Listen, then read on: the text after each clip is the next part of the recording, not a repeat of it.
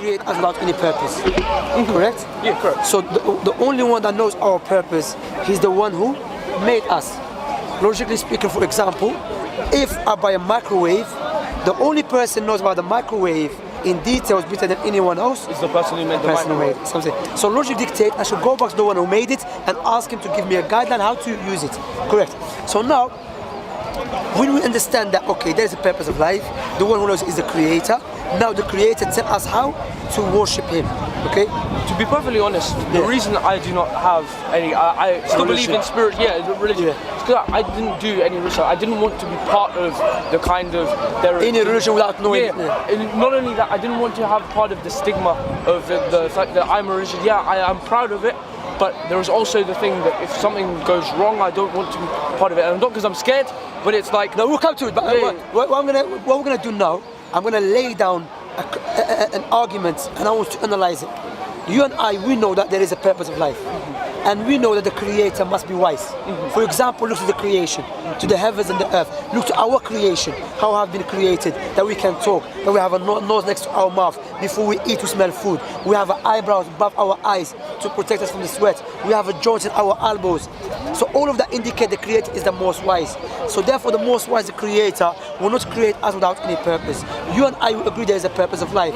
How the creator did it, as a Muslims, we say, based upon his wisdom and his mercy, he chose people amongst us to tell us our purpose of life, because we cannot come to a conclusion about our purpose of life based upon our feeling, because we have different feeling, or our intellect. You see what I'm saying? Because we have different intellect. But now, the creator knows some people, they're going to claim to be messengers of his and they are liars, fake one, correct? So now how can we differentiate between true messengers of God and liars?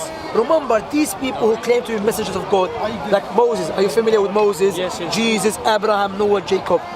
They did not just come, I'm a messenger of God. No. Remember, they are claiming to be messenger of the creator of this powerful, tremendous universe. So therefore, when the creator sent them, he gave them a powerful proofs and evidences to establish they are messengers of his. Make sense so far? Okay. Now, let me ask you. From the criteria that the prophets and messengers, they are known to be trustworthy amongst the nation, to be truthful. Why? Because if the creator chose a liar to convey the message, no one will listen. Make sense? Say this guy is already a liar. Now he's saying that he's a messenger of God. It's getting worse. Correct? Now, the God always chose people who are known by their society, their community, to be trustworthy, truthful, honest. Likewise, they came with the same message. Even though they never met each other when they were preaching on the earth. Prophet Muhammad, when he was preaching on the earth, he never met Jesus. Jesus, same thing. Moses, same thing. Abraham, Noah, Jacob, many of them. However, they came with the same teaching. Also, who knows the future in details? The person who led. That's it. I like that, man. The illogical argument, the one who made it. Now, if we have people that claim to be prophets of God, prophesizing about the future, that all of us can observe it. You don't have to be a Muslim or a Christian to observe it. I don't have to speak about Moses or Jesus. If I establish to you Muhammad is a true prophet, logic dictates you should believe what he came with. Because the creator, as we have mentioned, will not stand a liar to convey his message. Prophet Muhammad prophesied about the future.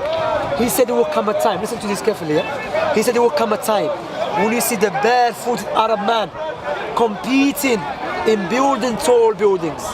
When the Prophet Muhammad prophesied that, the Arabs were not known to do that. There was no any indication to indicate the Arab they will start building tall buildings. Back then, the Persians, the Romans, the Egyptians, and the Greeks, they were known for it. Okay? Let me ask you. Maybe you know, maybe you do not know. Where is the tallest building in the world?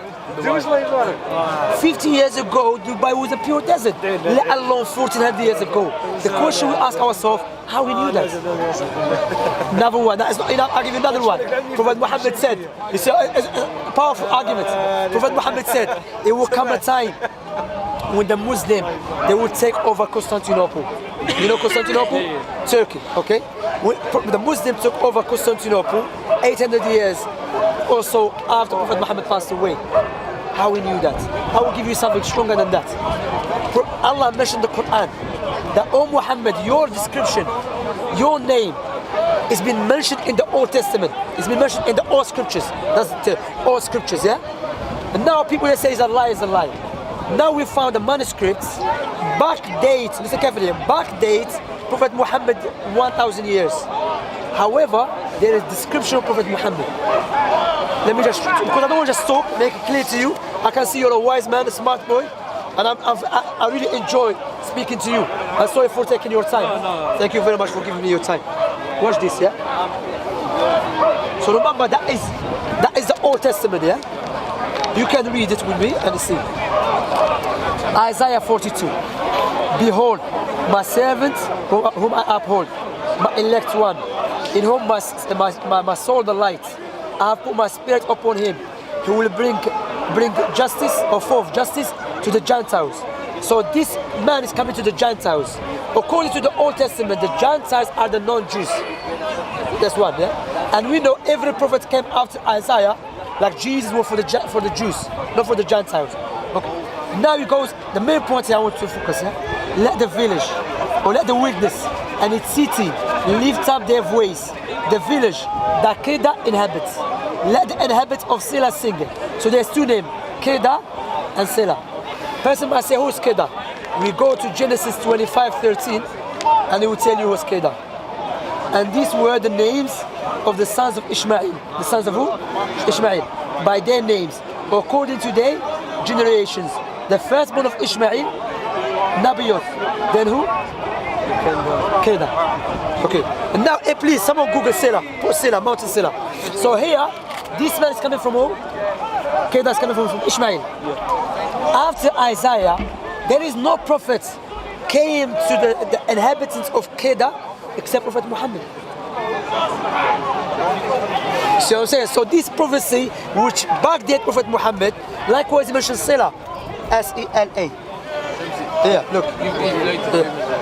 I have to. Selah is a mountain in Medina.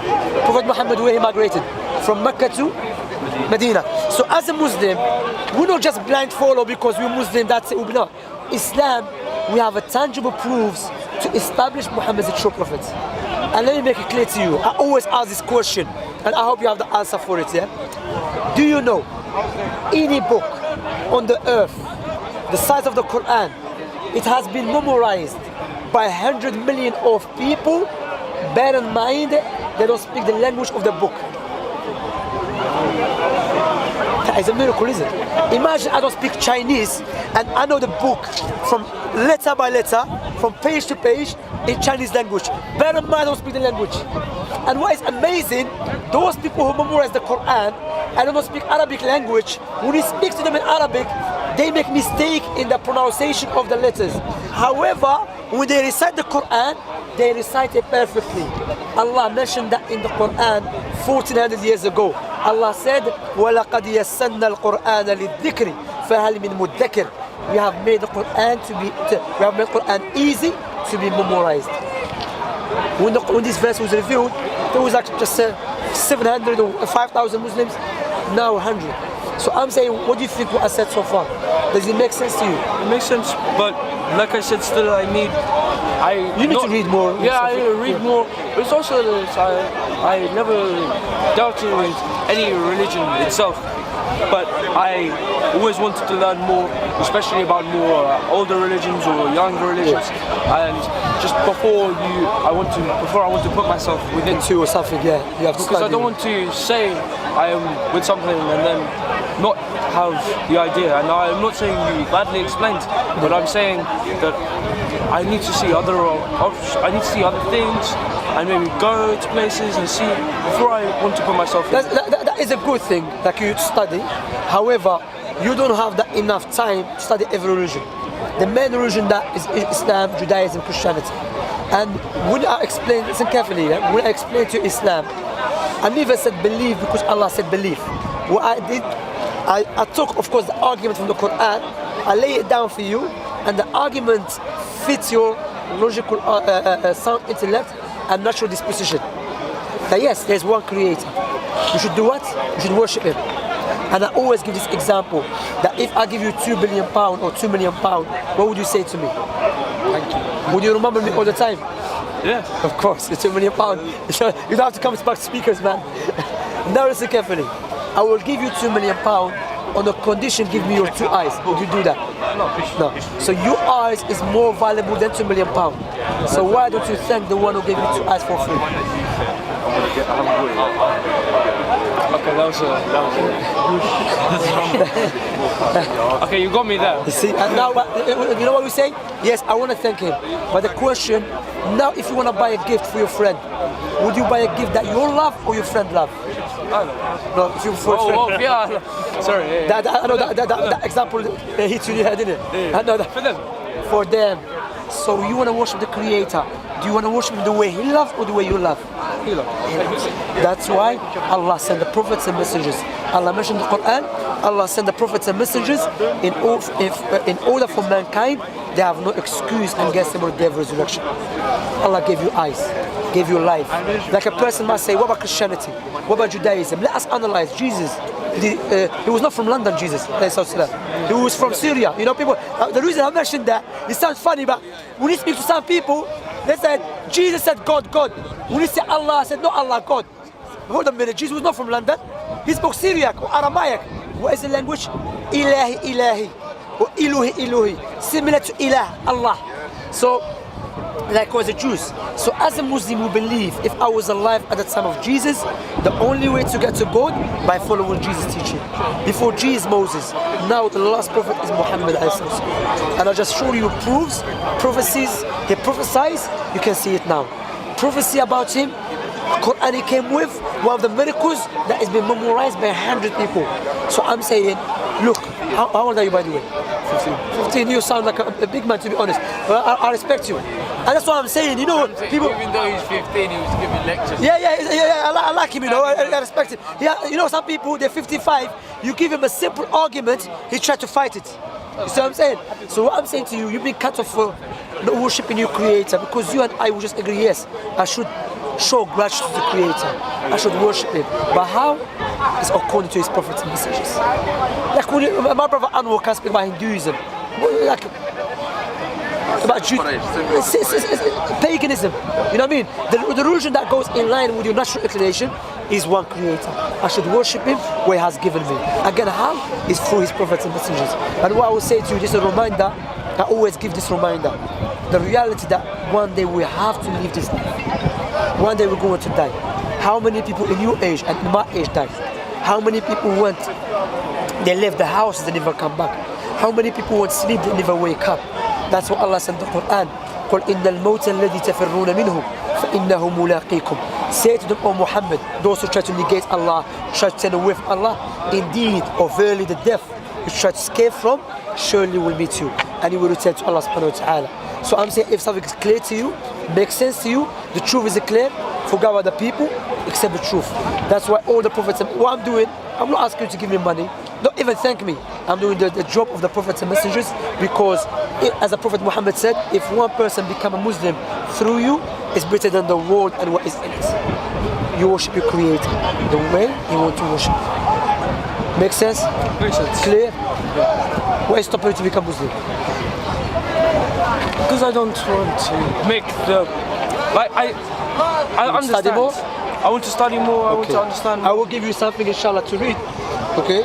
Because there's something I have here. I want to read it, and it's good to have knowledge, but I can't remember. Shamsi, show it here as well. Yeah, so this is a book about Prophet Muhammad, okay? It's a nice book, very nice book. I will give it to you. Likewise, I will give you. No, take it, please. It's a gift from me. So small. And this one as well. Take it. Yeah, this is a gift. Read it. As I have mentioned, you can see. Some from there as well. Have a look. No, this one is enough. Yeah. This one is a good. This is a good book, to be honest. I'll take it. I'll take it. Yeah. Yeah, no, I was giving that. So I will tell you, read it, and you can take my number and give me your feedback. It's a serious matter. Like if I'm traveling to a country I've never been there before, you know what I do first? Investigate about the country. I will not say when I get there I will come to know. Because only the foolish man, he say when I get there I will come to know. The wise man study beforehand. So you should study, read, take it serious. It's not a joke. You see what I'm saying? Allah said in the Quran, وَمَا خَلَقْنَا السَّمَاوَاتِ وَالْأَرْضِ وَمَا بَيْنَهُمَا لَاعِبِينَ. We haven't not created the heavens and the earth for play or a joke. You see, so it's not a joke matter. This life is like a bridge. One day we're gonna cross from one side to the other side. And you know, if you follow the teaching of Allah subhanahu wa ta'ala, His Prophet, then you have a paradise which is better than the world and what is in it. That's the best in the world. Alright? Thank you for talking to me. no problem. And look after yourself. Take care, man. And if you need anything, man, Thank you.